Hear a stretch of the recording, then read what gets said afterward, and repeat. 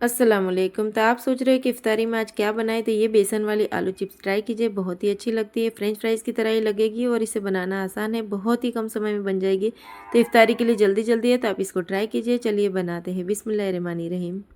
तो ये देखिए, मैंने यहाँ पे छील के 3 आलू ले लिए। इसे कट कर लेंगे। तो जिस तरह से फ्रेंच फ्राइज़ कट करते हैं, बस उसी तरह से कट कर लेना है। अब ये जो आलू है वो मीठे ना हो, उसका ध्यान रखिए, नहीं तो जो आप बेसन वाली फ्रेंच फ्राइज़ बनाओगे वो मीठी लगेगी और खाने में अच्छी नहीं लगती। इसीलिए इसको नमकीन आलू हो इससे बनाइए। तो यहाँ पे देखिए, इस तरह से कट कर लेने हैं, जैसे हम फ्रेंच फ्राइज़ की कटिंग करते हैं, बस उसी तरह से। तो इस तरह से मैंने सारे आलू कट कर लिए और इसे पानी में ही कट करेंगे ताकि कटे हुए आलू काले ना पड़ जाए। अब देखिए, मैंने यहाँ पे आलू को अच्छे से धो लिया और इसका सारा पानी निकाल लेंगे। अब ये आलू में हम डाल देंगे प्याज। तो मैंने 2 मीडियम साइज़ की प्याज ली थी, इसको इस तरह से पतली स्लाइस में कट करके उसके लच्छे अलग कर लिए। अब इसी के साथ यहाँ पे मैंने एक बारीक कटी हुई हरी मिर्ची ले ली है, तो वो डाल देंगे। हरी मिर्ची का टेस्ट आपको जैसे पसंद है, आप कम या ज़्यादा कर सकते हो। और साथ ही में यहाँ पे मैंने हरा धनिया डाल दिया है। अब इसको चटपटा बनाने के लिए यहाँ पे कुछ मसाले हम डाल देंगे। तो सबसे पहले तो मैंने आधा चम्मच जीरा ले लिया है, तो उसे डाल देंगे। उसके बाद ही मैंने यहाँ पे 1/4 चम्मच अजवाइन ले लिया, उसे हाथों से थोड़ा क्रश करके डालेंगे ताकि इसकी अच्छी सी खुशबू आएगी।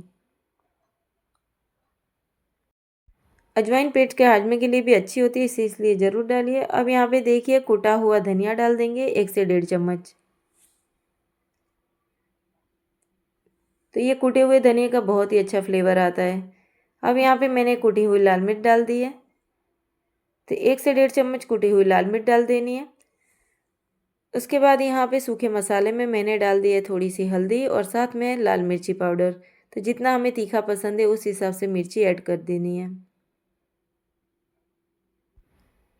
अब देखिए, यहाँ पे टेस्ट के हिसाब से मैंने नमक डाल दिया है और नमक डालने के बाद अच्छी तरह से पहले सभी चीज़ों को मिला लिया है।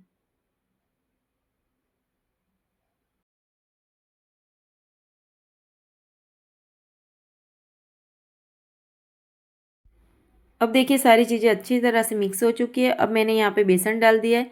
तो बेसन देखिए, ये वाली जो चम्मच है, बड़ी वाली चम्मच ली है, तो उससे 4 चम्मच भर के बेसन डाला है। तो सबसे पहले तो 4 चम्मच डाल के इसे मिला लिया, फिर मुझे ज़रूरत लगी तो मैंने 2 चम्मच और डाल दिया। तो यहाँ पे हमने प्याज भी डाली हुई है। तो पहले तो बेसन को इस तरह से पहले मिला लेंगे, क्योंकि प्याज भी अपना पानी छोड़ती है, और उसके बाद पानी की ज़रूरत लगेगी तो उस हिसाब से पानी डाल देंगे। तो अब देखिए, सारी चीज़ें मिलाने के बाद ज़रूरत के हिसाब से मैंने थोड़ा बेसन और डाल दिया। अब देखिए, इस तरह से पानी थोड़ा थोड़ा 1-2 चम्मच जितना डाल के हम अच्छे से मिला लेंगे। तो यहाँ पे कोई ज़्यादा बेसन नहीं डालना, बस आलू पे चिपके उतना ही बेसन डालना है। अब अच्छी तरह से सारी चीज़ें मिक्स हो चुकी हैं। तो यहाँ पे देखिए, अच्छी तरह से मिक्स करने के बाद अब हम थोड़े थोड़े आलू प्याज सब साथ में थोड़ा उठाएंगे और इस तरह से डाल देंगे। अब तेल अच्छा गर्म हो चुका है, चेक कर लिया है मैंने। अब तेल गर्म होने के बाद गैस की फ्लेम थोड़ी मीडियम कर लेंगे और उसके बाद ऐसे डाल देंगे। तो थोड़ी थोड़ी दूर जगह पे डालेंगे ताकि अच्छी तरह से फ्राई हो जाए। तो बस इसको फ्राई करते टाइम ध्यान रखिए कि ये जो आलू है प्याज है साथ में थोड़ा थोड़ा उठाएंगे और इस तरह से फ्राई करेंगे।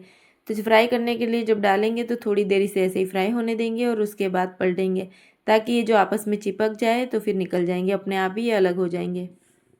तो जब भी हम पकोड़े तलते हैं तो पहली बेट डालते हैं तो नीचे चिपक जाता है, और ये सभी के साथ होता है। पर इसे थोड़ी देर फ्राई होने दीजिए और उसके बाद इसे निकालेंगे तो चिपकेंगे नहीं, हल्के हल्के चिपके होंगे तो वो चम्मच की मदद से निकल जाएंगे।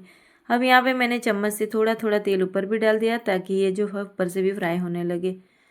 अब देखिए, मैंने चम्मच यहाँ पे लगाया तो सब नीचे चिपक गए, तो उसको थोड़ी देर बाद निकालेंगे।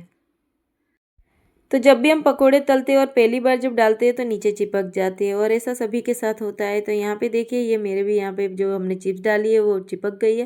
तो इसे थोड़ी देर और रखेंगे और उसके बाद निकालेंगे। जैसे ही नीचे से फ्राई हो जाएगी तो अपने आप निकल जाएगी।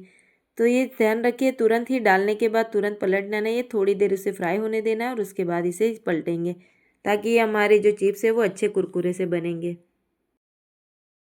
अब देखिए, यहाँ पे अच्छी तरह से सुनहरी कलर के हो चुके हैं, तो इसे निकाल लेंगे। तो ये बेसन वाली चिप्स हमारी बनके तैयार हो चुकी है। ये एक बैच हमारा तैयार है, इसे निकालेंगे। बस इसी तरह से हमारे जो बाकी बचा हुआ है उसे भी तल लेंगे। तो यहाँ पे इस तरह से सारे हमारे अब बेसन वाले आलू चिप्स तैयार है। इसे सर्व करेंगे टोमेटो केचप के साथ। तो बस मैंने यहाँ पे दूसरी बैच डाल दी है और इसी तरह से इसको भी फ्राई कर लिया है। तो अगर आपको ये रेसिपी पसंद आए तो कमेंट करके ज़रूर बताना, और पसंद आई तो लाइक और शेयर करना। आप मेरे चैनल पे नए हो तो चैनल को सब्सक्राइब करना। तो ये यहाँ पर टमाटो केचप के साथ हम सर्व करेंगे। बहुत ही मज़ेदार टेस्टी बने थे, आप ट्राई ज़रूर करना। इंशाल्लाह फिर मिलेंगे एक नई रेसिपी के साथ। आपकी दुआओं में याद रखना।